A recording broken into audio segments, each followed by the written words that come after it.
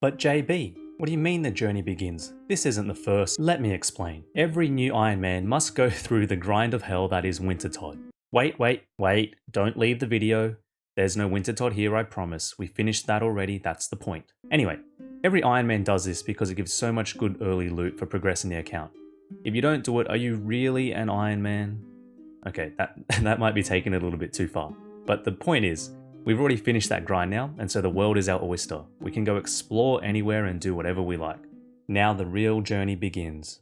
So after escaping the Wintertodt prison, we went back to the Asgarnia side of the map and started collecting some more odds and ends and bits and pieces, and progressed some quests with the completion of Client of Korend. So when I left you off last episode, we were thieving some fruit from the fruit stalls to get up to level 42 thieving, which I've just finished. Now, we want to go slightly past that, all the way up to 46,512 XP. You might be thinking to yourself that that's a very specific number, and that's because it is. The reason we're doing this is because our next milestone is level 45 thieving to unlock blackjacking, which is basically where we go around donking people on the head and then stealing all their goods. Blackjacking is one of the best training methods in the game for thieving. It's also a great money maker for early Ironman accounts. According to the wiki, the stealing artifacts is actually faster from level 49 onwards, but that requires running around, and since we're an Ironman with no stamina pots, that's out of the question. Anyway, the other requirement for blackjacking is partial completion of the feud quest, but we'll do the whole thing anyway. And that gives you 15,000 thieving experience. 15,000 plus our target of 46512 lands us bang on level 45 thieving. But before we get back into doing some more skilling, I think it's about time we pump out some quests. Cue the quest tracker. So we're going to head back to Varrock with our Chronicle, and just quickly before we do anything else, a quick drive-by to Aubrey to hand back in the package for Rune Mysteries, which I forgot to do in a previous episode. And then we're going to swing by Zaf to grab our elemental staffs.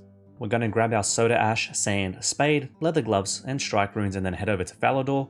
While we're here, we're going to collect the portrait for the Night Sword to progress the quest, speak to Sir Renate upstairs about our family crest for the diary step, smelt the soda ash into molten glass, kill a duck for the diary step, and then also complete Pirate's Treasure, so that's our first quest done for the episode. Then a quick trip to the bank to grab our water and earth runes. We're about to power through a whole bunch of quests, so we're also going to need the ingredients for Druidic Ritual, Doric's Quest, Rich's House, and there's one other one, Goblin Diplomacy. I think that's the other one we want to do. So everything in the inventory we're going to take with us. And don't forget, we still need those leather gloves for Witch's House, so we've got them equipped as well. Finish off Doric's Quest. A little bit of subtle British humour, everyone's seen that. the prediction of why you've got all the items in your inventory. Head over to Willow and start below Ice Mountain. And then we're also going to kill a bear while we're here for Druidic Ritual because we need the meat. And we can also collect the bones for the Bone and Ragman quest we've started previously. I had no idea that you could just walk all the way behind the Goblin Village at the Wilderness Ditch here. I thought you had to go around the front side. The more you know. Knock out Goblin Diplomacy. And now it's time for Witch's House. Every early account's favourite quest for HP. Oh, damn it. I clicked on Old Mate here. Luckily I had a second cheese. That would have been a pain in the backside. On a scale of 1 to 10, how human do you think my mate Sick Dum Dum Fog is over here? So I hadn't actually done this fight in years, let alone on a low level account. Now I know that there's meant to be a safe spot that you can do. Basically you walk up into the corner and you're meant to walk underneath the little guy, through him, and then he should get pushed back when you walk on top of him into the corner. And then you can step around the side and safe spot him from there. As you can see in the footage behind me, I had a bit of trouble with this. I do think it's a little bit of RNG. I don't think it's guaranteed every time, so I'm pretty sure it's not just my fault. But yeah. I started panicking a little bit. Eventually got him there though. So yeah, turns out you have to reset the safe spot when the second one spawns. I did not know that. Lesson learned. Eventually though, we got the first 2 stages down, and fortunately the 3rd and 4th stages are much simpler to safe spot. You just got to run into the corner and then kill them. So that was Witch's House done, a nice big HP boost and some more quest points. And then last bit for Taverley, we started and finished Druidic Ritual. We've already collected all the items in the past, so that was nice and easy.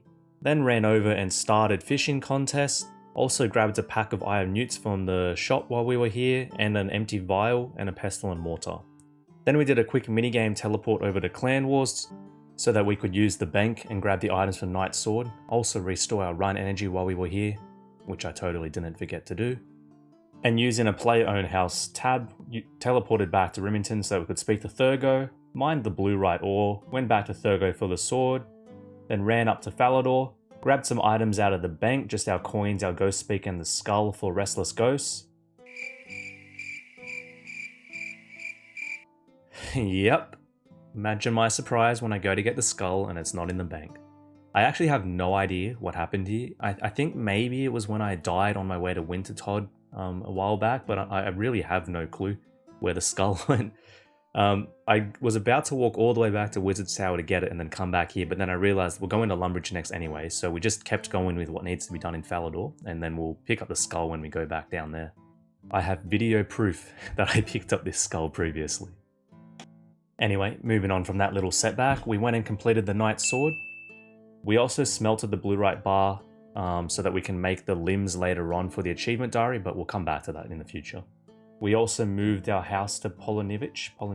I never know how to say that place while we were here. This obviously ties back into the blackjacking we were talking about previously. So with Falador out of the way, it was back to Lumbridge.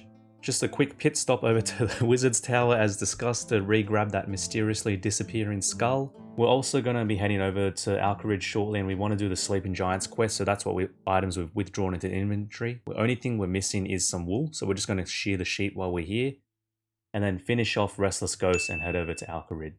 While we're in Alcarid, we also want to swing by the crafting store and just grab ourselves some molds for the future. So we're going to get pretty much every single mold except for the bolt mold. We're also going to get a second necklace mold, along with 3 needles and 100 thread. And then down to the plate leg store and just grab a pair of mithril plate legs as well. After that, it was over to start and finish Sleeping Giants. Giants Foundry is actually one of the new pieces of content I have done on my main. I came here to get the Smith's uniform, but we'll definitely be back here in the future on JB to grind it out. It's off the Shantae Pass next, and while we're here, we're going to grab a few things from the store. In particular, 9 bronze bars, which sometimes you probably have to hop for these as well between worlds. These used to get botted. I don't actually know if that's still a thing or not, but anyway, grab 9 bronze bars, a few Shantae passes, also 16 bucket packs, 20 buckets of water, 4 bowls of water, and 10 water skins. And some desert clothes, of course, because we're about to go there. We're also going to whip up our 4 soft clay while we're at the bank. So we're going to knock out the Feud quest and Tourist Trap next. Technically, these 2 quests can be multi-quests, and I think there are guides online on how to go about that, but I'm not going to bother with that. I'm just going to do them one at a time. So we're going to do the Tourist Trap first, and then we'll come back and do the Feud afterwards. It's time for another episode of Safe Spotting with JB. I'm sure you can imagine how this went. But yeah, got it the second time round. Essentially, you have to attack the mercenary guard and then go talk to one of the other guards and spam spacebar to lock them in place. Then you got to get either north or south of them and then walk around the corner to trap them. It's some weird walking mechanics. I'll put a link in the description to a little video guide on how to do it, because me explaining it's not going to go well. But yeah, apart from that minor hiccup, we got Tourist Trap out of the way nice and easy. All that experience is going to go into agility, which is beautiful, and that also brings up 500 total level, which is huge for the account. We're making some good progress. So it's on to the Feud quest next, bringing a few extra buckets, so we want 5 in total for extra Agthanki dung. Reason being it can come up in Forgettable Tale and it will come up in My Arm's Big Adventure, and obviously this quest as well. So it just saves us a lot of time not having to come back in the future. We're also going to grab 3 extra vodka and beer, again, just for future quests and uses. So in a cruel twist of fate, there is another safe spot in this quest. Luckily, this is a really easy one to do. Unfortunately, this boss has very high magic defense, and if you take too long to kill him, he'll despawn. And I'm sure you can guess what happened to me. Right, pretty much on the last hit. Second try, we got him down. Look at all those magic levels we gained. That's some top tier magic training right there.